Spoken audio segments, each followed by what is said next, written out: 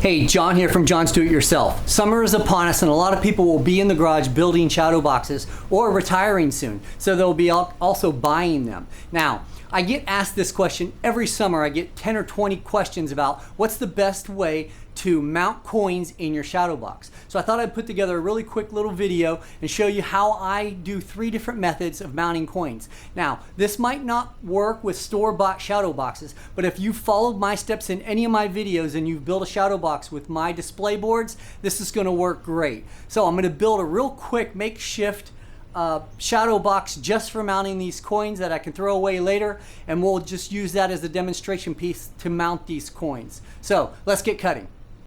Again, this is not about building a shadow box. I have plenty of videos showing that, but everyone loves seeing my process, so we will run through this really quickly. Looking at scraps, I had one leftover piece of hard to get Murabal, and I could not bring myself to throw it away, so we will use this. And I just made an Air Force shadow box, and this was left over from the back plate. The first thing I do is rip the piece in half. Then take the 2 pieces over to the miter saw and cut the length of the frame. While I'm here, I cut the height as well. These should match your back plate. Now adjust your miter saw and cut all your 45-degree angles. Since this frame is for demonstration purposes only, and I will not have any glass in it, I am just going to cut out my backplate rabbet. Raise your blade to the thickness of your backplate and then maybe just a fraction more. I don't want to waste any time putting on a dado blade. Let's get this done. During this process, I cut a simple line in the center of each piece just for looks. Now realign your fence and finish cutting out your rabbet, and remember to align all your pieces in the correct orientation before you start cutting so you don't have to give it any thought. Put your frame together and make sure you don't have to make any adjustments. Using your frame as the base, trace out your foam board. Now cut out your foam board. Yours should be a ½ inch. I'm using a scrap piece that was really thin, so I cut 3 sections of the same size to achieve my ½ inch. I'm not sure if it is exactly a ½ inch, but it's the same distance from the top of my rabbet to the top of my frame. If you were using glass, we would need to make it lower than the glass. While my glue is drying, I will glue together the frame. I stick a brad in each corner so I don't have to wait so long. Since we are not using glass in this frame, we can join all corners together right now. Okay, I know I'm rushing, but here I almost glued down the foam board without having put felt on it first. Yeah, that's what happens when you're an amateur and you think you know what you're doing so you can do it quick. And if you're a subscriber, you know I never edit out my mistakes. Now notice my pause in disbelief. Now I get to see how fast I can felt this before my wood glue starts to dry on that backplate. So now, really being in a rush, I made my second mistake. I started putting down wood glue instead of Elmer's glue. You should always use Elmer's glue because if it actually bleeds through the felt, once it dries, you really can't see it, and that's one of the benefits of using the white glue. Now we can go back and glue the foam board to the back plate. Once in position, you can pull the frame off way down the foam board so you get a good connection, and then just sit and let the glue dry. While we're letting that dry, I sand the frame. As always, I use 100, 220, and then for Murabal, I go to a nice fine 320. This will make the board look smooth. For this stain job, I'm going to use an old can of red mahogany and just wipe it on. With it being this smooth, it's going to be a little hard for the wood to absorb, but once it does, it'll give it a glossy look. With our stain and backplate dry, we can put our small display together, and I can get on with showing you the best way to mount coins in your shadow box. Okay, the first way and the best way when I build a custom shadow box for someone is to actually use 2 different ways combined. So the first is the 2-sided tape. This is not the standard 2-sided tape sold at Target. This stuff usually is the stuff on the backs of plaques. They sell this stuff online as heavy duty, and it has the hold to do the job. You simply stick this stuff to the back of the coin and then remove the extra layer and stick it to your display board. Now, minus any serious jarring or dropping of the box, these coins are not going anywhere. But if you're paranoid like me, I just don't want to risk them coming loose. So I take it one more step further and I add brads.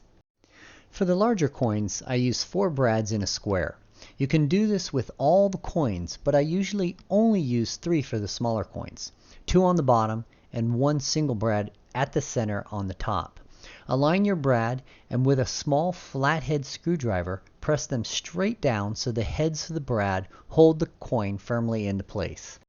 This is what I meant when I said that if you build your shadow boxes like I do and your display boards are a ½ inch thick, you can get away with really large brads. Now I did not do it here, but if this still does not give you a warm and fuzzy, you can actually put a dab of super glue on the end of your brad before you push it into place. I have been known to do this, but just know that once you push it into place, the brad with the super glue is not coming back out without tearing a small hole in your display board. My last step is to take a Sharpie and put a small dab of black ink onto the head of each brad to make it blend into the black felt. This video is shot in high definition 4K, and you can see how easily the Sharpie makes the nail head disappear. Okay, that's how I would mount any coin in a shadow box that I built. The reason I do this is because it allows the owner to change the position of the coin or flip it to the other side of the coin if they are not happy with how and where I decided to place the coin. Before I move on to show you the last method for mounting coins, I place some brackets on the back of the frame. Okay, now into the last demonstration. Here we are going to show you the glue method. Now first let me say that I have heard that people have used hot glue from a hot glue gun to mount coins. Although I believe this would work, I personally would not get hot glue near my display board because if you're a subscriber, you know that I am accident prone and that this is just a disaster waiting to happen. So what I'm going to do here is to show you the difference between wood glue and super glue. The first one here is wood glue. I just take a small dab and I place it on the center of the display board. Then I place the coins in the exact position I want them and I weight them down. 2 hours later, I come back and check the wood glue. As you can see, a bit of banging and it holds, but not too much because these coins are not that porous. And wood glue works with porous things. So I would say that wood glue would not be a good option to mount coins in a shadow box. The second glue test is with super glue. I buy these little tubes at the dollar store. You can get like 6 in a pack for $1. I spread a little on the back of the coin and then I press onto the felt and then apply a little bit of pressure and come back to it in a bit. After less than 30 minutes, I come back and check the super glued coins. As you can see, these coins are not coming off. You can beat the heck out of them and they are simply not coming off. You would destroy your shadow box before your coins would fall. If you are sure the coins will never be removed from the display board, I can recommend without reservations that super glue will hold your coins in place. To give you an idea of just how secure your coins will be to the display board with super glue, watch how trying to pry them off will almost destroy the display board before it will let go of these coins.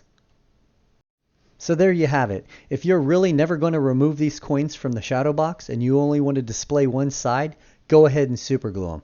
So my wife came out to the garage and while I was doing this demonstration, liked the coin display so much that she hung it up near the front door to the house. So much for throwing it away, right? Also remember, these coins in the display can be changed without destroying the display board. Good thing I did not use super glue here because I just grabbed some random coins and I might want to change them later. But don't you just love the gold in those coins, how it really pops on the black display? And that merbau is stunning. I tell you, you just can't screw that wood up. As always, thanks for watching, and don't forget to hit that subscribe button.